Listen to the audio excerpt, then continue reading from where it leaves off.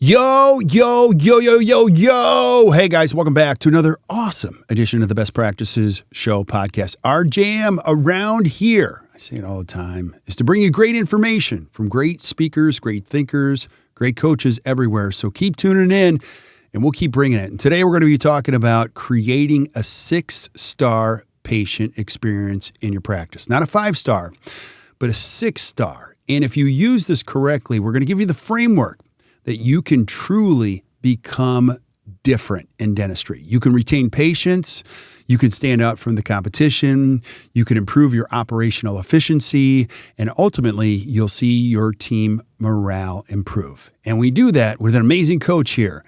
Her name is Adriana Booth, as we walk you through this framework. So please listen up. I hope you guys enjoy it, and we'll see you soon.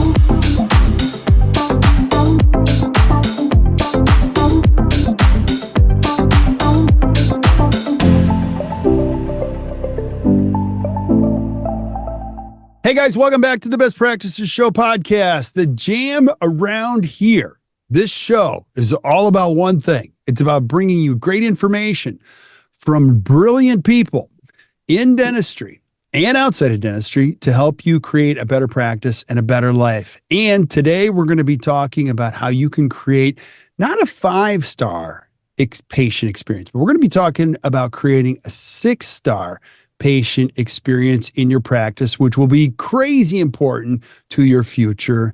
And we're going to be doing it with an amazing coach. And her name is Adriana Booth. Adriana, thank you so much for being back. I really appreciate you.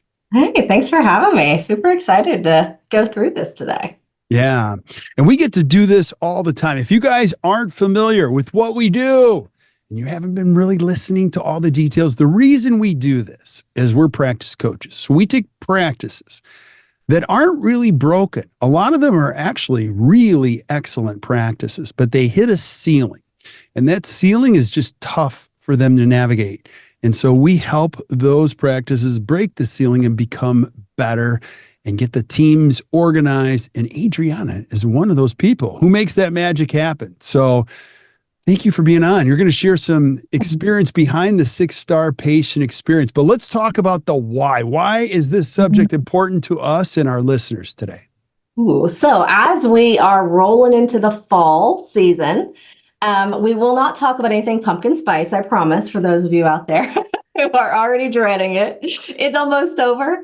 What we are going to talk about involves systems. And we all know that system-driven practices are one of the most successful practices we could even have. So when we think about a 5-star experience and how you go to your favorite restaurant or your favorite department store, wherever you like to go, and how that place just makes you feel, that is what we want to help relay to our patients. We want that 6-star, going above the 5-star for our patients, because number one, we want to make them feel good, feel cared for, feel seen and heard, and we want them to keep coming back and to bring their nice friends with them, right? Yeah. So that is why this tool was created. Yeah. And it transcends everything. I always think of like my favorite experience, whether it be a restaurant or a department store. I'm thinking about one of my favorite restaurants right now. I don't care what it costs. I like the story I tell myself about it. And here's one thing to consider. It's not the top of the ladder that's crowded. It's the bottom of the ladder. So your opportunity in dentistry is to separate yourself from the sea of sameness and really become more of a category of one and be truly unique, where people reach into their pockets, use their discretionary dollars, and say to themselves, you're my person. I come to this office not because you're on a list, not because you're cheap. I come here because I trust you and you are my people, right, AB? That's right. That's exactly right. And, we can think about it even just to where you go and, One of our other coaches, myself included, we're a little bit of Diet Coke fans, but we have our favorite place to go get Diet Coke. It's not just because of Diet Coke. It's because of the people that work in that place. Right. And we will keep going back over and over. So we can think about that as just the starting point. And when we think about that 6-star experience, there really are 6 categories that we think about in that. Yeah, absolutely. And we're going to break these down individually. But going a little bit granular, let's talk a little bit more of the why. So one of the phrases we use is so that, we're going to give you the outline of these 6 things in a 6-star patient experience so that you can specifically increase your patient retention. Talk about that. Like, that's incredibly important. You can elevate the experience of the entire practice. You can also separate yourself from the competition. Some of you, and I know exactly who you are, in Kansas City, there's 7 dentists on one corner and 3 of them are my friends. And they're all like, well, how do I separate? Well, you're not competing with them. You're competing with everything else in the world. And this is where you can create a niche, and competition really doesn't become that much of your future when you can seriously lean into this. You also become more efficient. We're going to talk about operational efficiency. And lastly, probably most importantly, I think, is like, once you start to do this, people see this, they feel it. I'm talking about your team members. And they're like, yes, this place is amazing. I like who I am as a result of working here. A well-designed patient journey, which AB is going to take us through. It improves team communication. It reduces stress. It leads to higher job satisfaction, lower team turnover, which is more important than ever in dentistry. Don't you think, AB? Absolutely. It's we hear over and over from our clients, and I would say our clients are in that top percent. They're great to work for. They're really great people. They value their team, but it is still really tough to maintain a low turnover. And then when you do have a position open, it's hard to find people that really fit what you're looking for, because we do expect a higher tier of team members. Yeah. So if we can combine all of those things that you just mentioned by working toward a 6-star experience, we will have less stress and less issues going forward in the business. I love it. I absolutely love it. So take us through this. What's the first step in the 6-star patient experience? Well, for our longtime listeners, you may remember a really great Kirk's Perks. They used to come out, on Tuesdays, Kirk? I think so. I think we used to do those on Maybe Tuesdays. On Tuesday? Yeah. And where you're answering the phone. Do you remember what I'm talking about? Oh my gosh, that was so long. Dentist office. Yeah, I do.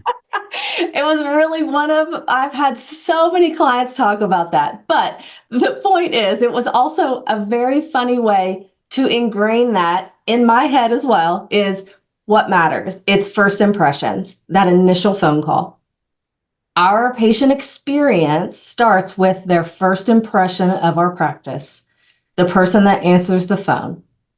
It can take 7 to 20 seconds for that potential new patient to form an impression just based on the phone call. So we have to be really intentional. We have to really use our active listening skills. We have to be really engaged in the conversation. You don't want to seem distracted. We have to ask their name right out of the gate and use it often, build that connection. And then we have to make it easy to welcome them into the office. We have to make scheduling a breeze. We can't make it complicated or put a lot of barriers up. Yeah. It's so well said too, AB. And I feel like there's not a lot of great training in dentistry. There is some. Yeah. I think one of the things that happens is a lot of great, well-intentioned team members go to work in dental offices, and dentists don't really give them the opportunity or develop them to be excellent on the phone. The person that answers your phone doesn't represent your business. They are your business when they're on the phone. And somebody that's great on the phone can make things happen that nobody else can make happen. So I want you to hold on to the whole, well, I need somebody talented. Yes, you do need somebody with a great phone voice, but let's start here with just those buckets. I mean, active listening, be engaged, ask some great questions, use the patient's name often, and then make it scheduling easy. I think one of the things that's really important in dentistry is you have to be easy to do business with. Now, you can still be clear. It doesn't mean every patient's got to come into your practice, but somebody who's really confident, really well developed or trained, they can make that experience. They can also create value. Here's one more thing, because I could talk about this one forever, is that I hope the person that answers the phone in your office is so good that people hang up and they go, that's going to be expensive because she's good. Like that. You don't want them to hang up and go, this is going to be cheap. Don't you agree? I agree. And you want them to look forward and be excited about meeting that person. Yeah. Which rolls into the second piece of our 6-star experience is the day of the visit. I'm the patient. I've had a great conversation with Kirk when I called the office, and now I'm walking in the door. I want to see who's Kirk. I want to put a face to that voice and that person that made me feel so welcome and felt heard and taken care of. So we got to look at that from our patient's perspective, how they're entering the office. Does it feel welcoming? Is it easy to kind of find their way? It's really tough when you're new somewhere, no matter where it's at, you walk in and you're instantly going to look around. Is it easy to find? Am I going to have a smiling face who's eagerly awaiting me? Greet them personally. I cringe anytime I walk into an office and I hear someone say, name, please. Yeah. And you're looking at the schedule. It's like, well, there's only 2 options. Right. And one's looks like a Mr. and one looks like a Mrs. name on their preferred names. So I think we should have just guessed with the Mrs. So yeah. We gotta really just pay attention. Right. I think a lot of times too, and this is the purpose of the podcast. So just have fun with us and stay. So if you're a team member or a dentist listening, I hope that we can pour some light into this to help you guys understand how important these touch points are. Because when I'm coming into your office for the first time, let's step out of dentistry for a second. My number one pet peeve in a hotel is like when I walk into the front doors of a hotel and I'm carrying my bag, sometimes wearing my jacket, coming in from the cold, and they go, check it in. And I go, no, I was just walking around the neighborhood with my bag thinking use a better question, do a different greeting. And maybe that's all they've been trained. But here's what it means to you in your dental practice. People come in and I would hope that they've been really well prepped by the phone call that they come in and you already know who they are for the most part. A big piece of this is really recognizing what patients experience. If you want to do this with your team or have a friend who can walk in to your practice and notice everything and write it all down and give it to you, listen, some of you have friends that are straight shooters and they say things that are like, oh my gosh, I can't believe you just said that out loud. Those people are very valuable in your life. You should say, hey, you want to make $100? And they say, yeah, I want you to walk through my office and point out everything and write it all down and don't filter a thing. Like if you see stains in the ceiling tiles, that's a big one in a lot of dental practices. Outdated magazines, like wallpaper that's from the 70s, like all that stuff matters. You're numb to it because you don't see it every day. Yeah. One of the dentists that we coached for a long time, you know who you are if you're listening to this, and please don't get mad, but I went into his office one day and he had an extra op and there was a box sitting on the chair in the op and it was kind of up by the front. And so they don't use that op anymore. And so I went back like a couple of months later, the box was still there. I go, hey, what's up with the box? You know what he said? What box? He hadn't seen it. He walks by it every day. He had never seen it. My point is this. There are things that your patients are looking at all the time and you don't see them. Using people's preferred name. You got to be eager to greet them, come around the desk, shake somebody's hand. Don't just open that little, for God's sakes, I hope you don't have like a window. The dreaded window. Have a seat. And slam and see them on time. I'm still amazed by how many amazing practices think it's okay to be late. Can you speak to that? Oh, goodness sakes. That's a tough one, right? I mean, we do have things that come up in the practice, and I get it that we want to be on time, at least 80 to 90% of the time. I mean, that shouldn't be that challenging because we do have to schedule appropriately. But that kind of goes back to scheduling in general. If you know that being punctual is not a great skill in your practice, schedule your new patients at times where you know you are going to be on time. That is a terrible first impression once they've actually entered the office. They may have had a great call with Kirk when they called to make their appointment, and then they walked in and they experienced the rest of it. Yeah. So, exactly. So now we've covered the phone call. We've covered them walking into the practice. Now we're going to introduce them to the clinicians. So now the first handoff, when they're going to go from our little domain of the front in the admin area, and they're going to go back to the clinical area. We're going to introduce them like they're a friend. You know, I'm going to introduce you as if I've known you forever. I may tell the other clinician a little something about you. And I'm going to walk beside them towards the operatory and have conversations.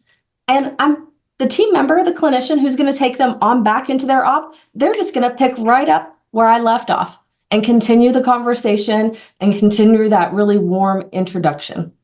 Yeah.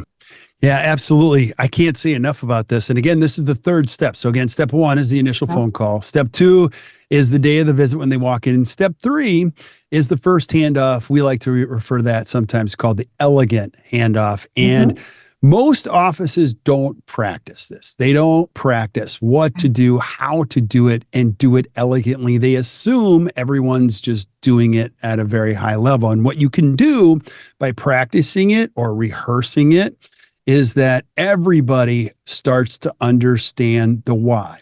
You know, Mayo Clinic, if anyone's ever had a family member go there, you know that they're the world's best at that. You're very rarely, if ever, in the company of only one person. I think it's their mantra that you have to be in the company of at least 2 people at all times so that the handoffs are very well done. There's a lot of overlap. It just gives you a lot of confidence as a consumer or a patient. The handoff is critical because using the patient's preferred name, walking beside them to the operatory, what we're really speaking about is advocacy, and you're starting to create engagement, calmness, and it's really one of those pieces of trust, which is your number one currency of the future in dentistry, don't you think? Absolutely. Yep, you nailed it. Absolutely. So, all right. So once you do the elegant handoff, now we're going to the chair. Right. And then, you know, we all have to remember the dental office is a scary place. You know, there's tools and sounds and smells and instruments they've never seen. And you know, they're sitting in a room by themselves, just kind of looking around. And I love that you said about the Mayo Clinic with 2 people. You know, in a dental practice, 2 might be a little much to expect. Our rooms are a little small, but at the same time, 1 person at least. You never want to leave that person alone. They may have questions. It's an opportunity to build relationship and be their advocate, just like you said, Kirk. So in the chair, we want to use our active listening again, because we're going to ask really great questions. And we have a really great resource for that also. So we can link all of these in the notes and in the BPA. They live there. If you're not a member, you should be. Get to know them. Create a relationship. Give them those personalized comfort items. If that person has said to you, oh, I'm cold a lot, let me grab a blanket really quick. I'll be right back. You know, oh, my neck is kind of bothering me. Let me get a neck pillow for you. She won't mind. Carrie McDougall, they have these heated neck pillows. They pop them in the microwave for a few minutes, or a few seconds, bring them back. All their patients are so spoiled. It is such a great 6-star experience add-on, right? Yeah. So think about those things and really share with them what's going to happen in this appointment. Yeah. It's a scary place. It's so much more comfortable if I hear you tell me step by step, here's what we're going to do first, and this is what you can expect next. And be really confident and clear in how you communicate with that patient. Always opening up the space. Like we've got several of podcasts about that. Don't be afraid to sit in a little quiet, to give them some room to ask a question. Absolutely. And so as you can see in this framework, now we have a downloadable handout that you can use. Absolutely. The whole idea of this, if you're a dentist listening, is these are 6 components, the 6 stars of really elevating your patient experience. And you can incrementally improve each one of these touch points over time. So you might say to yourself, hey, our initial phone call is actually pretty good and we've worked really hard at it. Well, that's where you can go on to, day of the visit, the elegant handoff, what happens in the chair. And so our goal with this is to give you some things to consider. You're going to be amazed by how many great ideas your team members add to just the in the chair component. Hey, maybe we could do this. Hey, maybe we could do that. Maybe we could add these things. Maybe we could be a little bit more clear about the appointment. And in doing so, you're going to get them actively involved in making this better. So I absolutely love it. So step number 5 in the 6-star patient experience. What is that?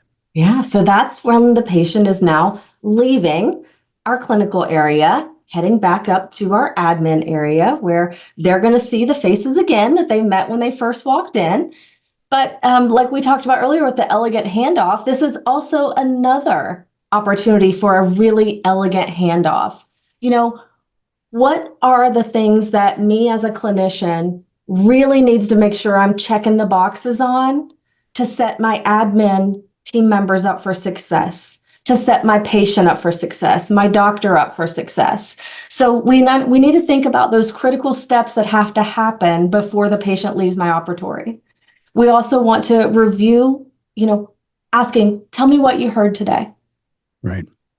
Asking them questions, making sure we're putting a really nice bow on that appointment and the next steps that we are going to take and maybe how we see them next, what they're going to come back for, etc. And then I'm going to go ahead, if I am seeing them as a hygienist or even as one of the assistants, I'm going to schedule a next visit if possible, if that's our office's policy. And a lot of offices, the clinicians do schedule some of the appointments in the back. Yeah. I love it. So just piggybacking on that, some of our best offices, they keep all of the activity away from the front. That's really one of the most amazing things. And the clinical person initiates the conversation about the why. They earn the trust of the patient. They gain commitment, not just compliance, to the appointment. And it saves a lot of time, energy, and activity at the front. So that's really great that you said that. Now, just a couple of things I thought about, like in the patient exit. Think about this. You really improve your patient exit. I think one of the things why to improve that is the worst thing that your patient can do is leave confused. So I know you don't think they're leaving confused, but a lot of them leave confused. So you ask questions like this. Do you have any questions? And they go, no, which is code for I got to get out of here. And that's one thing. So improving this touch point is critically important. Another thing to understand about human dynamics is people usually remember what's said first and what's said last. Now, a lot of offices, in fairness, they actually do a pretty good job with their hellos, but they're terrible at their goodbyes. It's a tap on the shoulder. It's like, oh, good to see you. Tell Bill I said hi. I got to run to another patient and have a great day. And Susie will take care of that. And like, that's a pretty poor goodbye. So if you could improve 2 touch points, it would be the hello, the goodbye, and not be in a hurry. And then lastly, one thing to consider, the patient exit touch point is critical because the best time to do anything with a patient is while they're there, whether it be talking about money, talking about next visits, talking about questions, talking about, you want to make sure we're getting as much done while they're here because you know what it's like to try to call somebody now and they don't pick up. They're purposely not picking up for a lot of different reasons. So I think it's great to really improve step number 5. So I had a really great call with one of my really high performing office managers today. And she said to me, I realized today that we need to go back and review some things. And I'm like, oh, that's awesome. I love that you're noticing these things. And she's already picking about systems. But she said, when our patients are coming up and they are not sure about a procedure, we all have to put that mirror up in front of our face and say, what could I do a little bit better? And I was like, oh, I'm so proud of you. And she's like, well, I have a good coach. And I'm like, well, I have a good student. That's really the key. I love it. But it's really, that is the one thing we always have to go back to is, even if we do something really well, how can we turn that dial up just a little bit? Even if you think you have a great patient exit, how could we turn that dial up just a little bit? Yeah. Because what it all leads to, all of these 5-star steps that we've already hit, that 6th step in the 6-star experience is really what it's all about: retention. We want to keep our really great patients in the fold. We want to continue to take care of them, and we want them to refer more of their friends and family to us, because most likely they're going to be really nice and great like they are. So how do we follow up with our patients? Let's just say that Mr. Smith wasn't able to schedule for whatever reason today when he left. Are we asking, may I call you next week and see what time would work for you? Yeah. Or are we just letting him go and saying, oh, well, we didn't get that one, get the next one? That's definitely not the mindset we want to have, because we want to make sure we are following up with them. We don't want to just welcome them with a big hug in the front door and then kick them out the back door.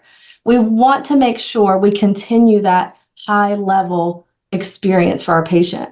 So it's like, that's the one thing, is like, how do we also then personalize that communication? Mr. Smith may tell me, it's really hard for me to talk on the phone. I'd really prefer a text. Thank you for telling me that. I'm going to note that in your chart. So that way I can communicate with him in his style as well. Yeah, absolutely. So the 6th step of this in the 6 stars is retention. And, I think the biggest thing in all of these steps is understanding the why. If we're attracting and keeping the right type of patients, and you can extrapolate this to how many doctors you have, but really the average dentist only needs 1,200 great patients that pay his or her full fee or close to full fee for the most part, and you can build an amazing practice. You don't want to be everyone's dentist. I mean, we meet a lot of dentists that are like, I have 3,500 patients. I'm like, that sounds terrible, and you're one dentist. And so what you end up doing is you just see everybody. And when you get good at retention, you can start to identify who the right people are for your practice, which in fact, they refer other people that are like them. And you can minimize numbers like unscheduled active patients. Yes, look that one up. That'll freak you out and give you chest pain. But if you look that up today, whether you use Dental Intel, EagleSoft, Dentrix, Open Dental, doesn't matter. You're going to find that number. And some of you are going to see it's 752 unscheduled active patients, which means you're pretty poor at retention. Now you could start to diagnose, like, how do we go from 752 to 652, then 552? And once you get to 552, your hygienists are screaming, we have nowhere to put these people. And that's a good problem. And now you could start to work on what's called patient selection instead of just trying to see everybody. But that's bigger. The bigger thing is, like, why are we doing this? Because you want to retain and keep these people. I'm always a little nervous, even in our business, when people go, I found you on Google. I'm like, oh no, please not. No. It's an important component of every business, but I want people who are coming to us that know about us. We do good work. They stay, and then they refer their friends, and ultimately they come back and do more and stay longer periods of time. Don't you think? Like, what's the game? I mean, retention, gosh. I mean, and I think the one thing I want to make sure that we don't exclude in the conversation is, this isn't just for new patients. And I know we use new patients as examples today, but there are a lot of our teams that really have a solid patient base, and they have very limited openings for new patients, which is a great problem to have in itself. But they also want to level up. This tool is perfect for any type of patient you see in your practice. So I know we talked a lot about new patients, but we can elevate our just general patient experience using these strategies. So we want to win the new patients always, because we're welcoming someone new. We want to make sure they get the same feel that our longtime patients have, but it's just, the importance is still the same. We want to foster our relationships and keep nurturing them with our existing patients as well, because they do already trust us. They've been coming to us for years now and sending friends and family. So we don't want to skip over that. Yeah, absolutely. And it's cliche, but people never remember what you said. They only remember how they feel.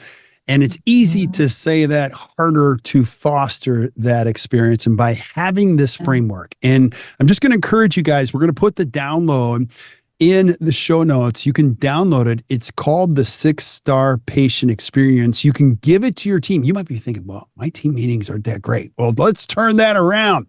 Print this out for all of your team members and say, listen, let's start diagnosing how we can do better in 1, 2, or all 6 of these different touch points in the practice. Any other thoughts you have, AB? Oh, gosh. I mean, I am so proud of us. We have really developed an amazing online learning platform with the BPA, the Best Practices Association, and you're going to find this tool links you to another tool, to another tool. You'll go through this web of things that you're like, we can use all of this. So if you're not already a member, please get on, be a member. And if you're one of our members, explore. Really, really get in there and explore and search around. Yeah, check it out. We're geeks about this stuff. We love learning how to make good practices even greater. So, or great practices even greater. So check it out in the BPA. There'll also be links back there where you can just check it out. I promise you, if you come back there, you'll enjoy it and love it. So, AB, thank you so much for being on. I appreciate you as always. Thank you, Kirk. Awesome. We'll stick around while we say goodbye to everybody else. But thank you guys for listening to the Best Practices Show podcast. I don't know how this is working. I'm trying to study all of this. I just know that the podcast keeps growing and I don't have anything to say other than thank you. So I appreciate you guys showing up. We're going to keep bringing it with new content, more things that you guys have asked for. And we have an amazing lineup in front of us. So until we see you guys next time, or you hear from us next time, keep watching or keep listening to the Best Practices Show. You guys enjoy your day.